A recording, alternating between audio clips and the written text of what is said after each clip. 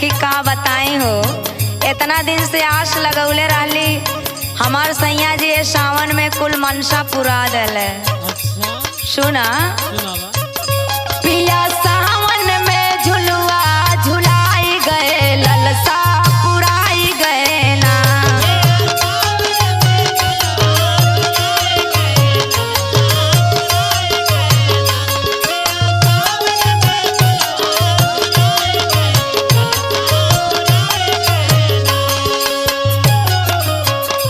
पिया सावन में झुलुआ झुलाई गए, ललसा पुराई गए ना।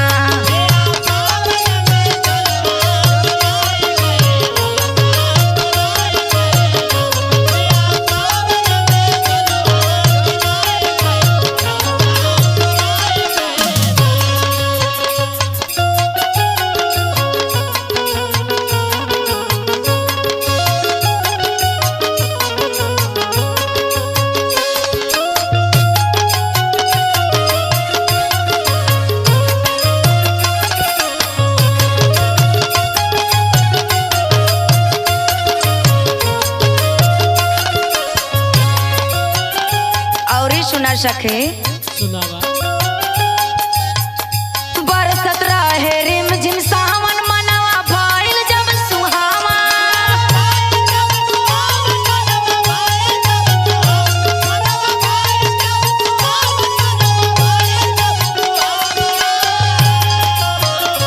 भर के बहिया में सब कुछ भुलाई गए, ललसा पुराई गए ना।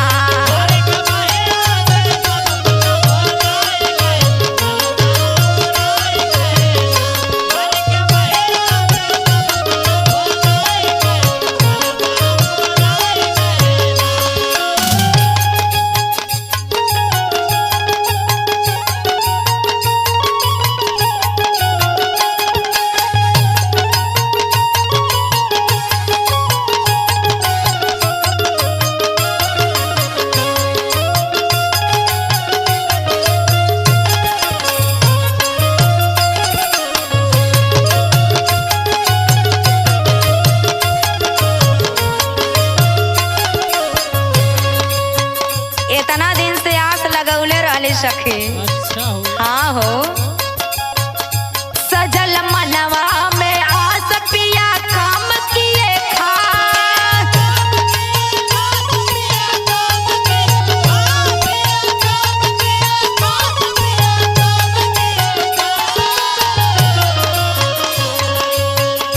आसनिक दिन के हमके धराई गए, ललसा पुराई गए ना।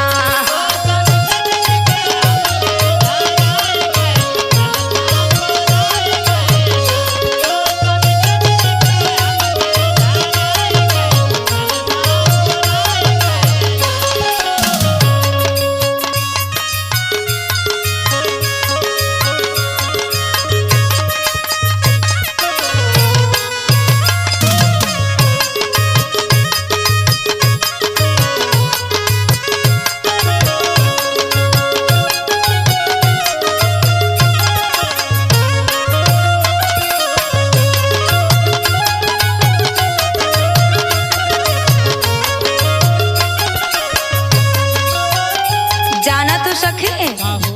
बड़ा लोग ताना मारत रहले कि परदेश गयल बा, भुलाए गयल बा। अच्छा लेकिन हमार सैया जी रब की पूरा खुशी से हम भर देना। सुना सुनावा। बड़ा उदास रहे